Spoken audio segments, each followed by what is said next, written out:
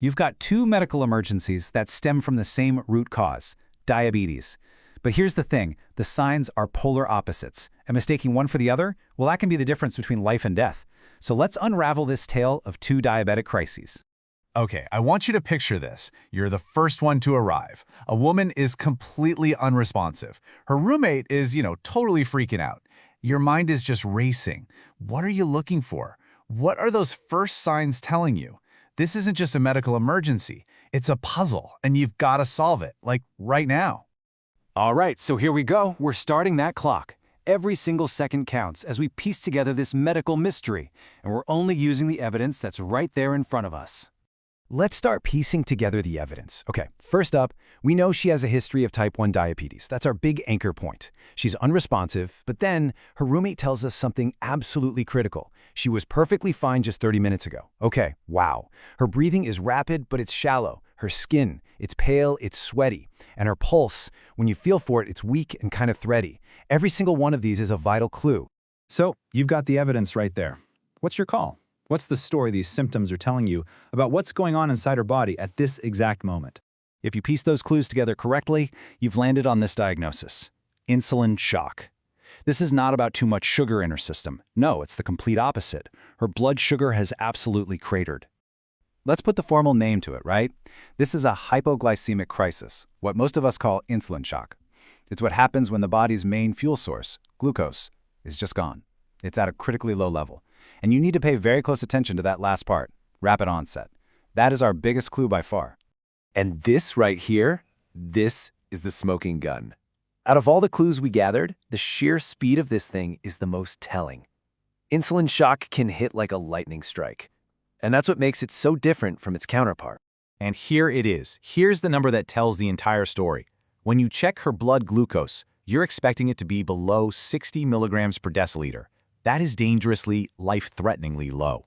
But what if the story was different? What if all those clues were pointing in the complete opposite direction?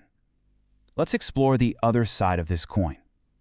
Let's talk about the slow, deceptive danger of diabetic ketoacidosis, or DK. And being a sharp detective here is absolutely crucial. Treating for low sugar when the real problem is high sugar, that would be a total disaster.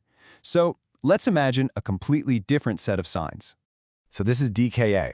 In this situation, the body is starving for insulin, so it can't use sugar for energy. What does it do instead?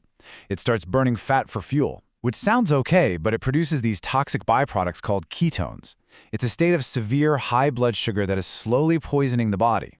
And just look at the number here. We're not talking about less than 60 anymore. In DKA, it is not uncommon at all to see blood sugar levels of 400 or even higher. I mean, we are in a completely different physiological world. This timeline really says it all. Insulin shock is a crisis of minutes. DKA, on the other hand, is a crisis that builds over 12 to 48 hours. It's a slow burn, not a sudden crash. This difference in timing, it's your first and probably your most important clue. Okay, so we've met our two suspects. Now it's time for the lineup. Let's put them side by side and really lock in the differences. This is the core of what you need to take away from this. Here it is, laid out plain as day. Look at the onset, acute versus slow. Respiration. In insulin shock, it's shallow. In DKA, it's deep and rapid, a pattern called Kussmaul respirations. That's the body desperately trying to blow off all those acidic ketones. Now the breath. Normal in low sugar, but in high sugar, you get that distinct fruity, almost acetone-like smell. The skin, pale, cool, and sweaty for insulin shock, versus warm and dry from dehydration in DKA. And finally, the pulse, weak and thready in shock, but rapid and full from that same dehydration.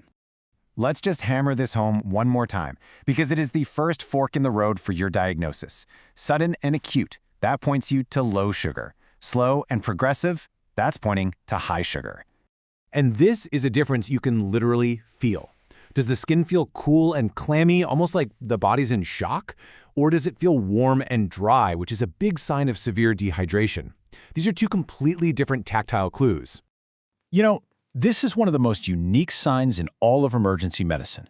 That fruity, almost nail polish remover smell on someone's breath, that's the body screaming that it's burning fat and producing ketones. You will not find this scent with insulin shock, period. So what's the crucial point here? It's this. We're not talking about subtle, little differences. We are talking about polar opposites right across the board.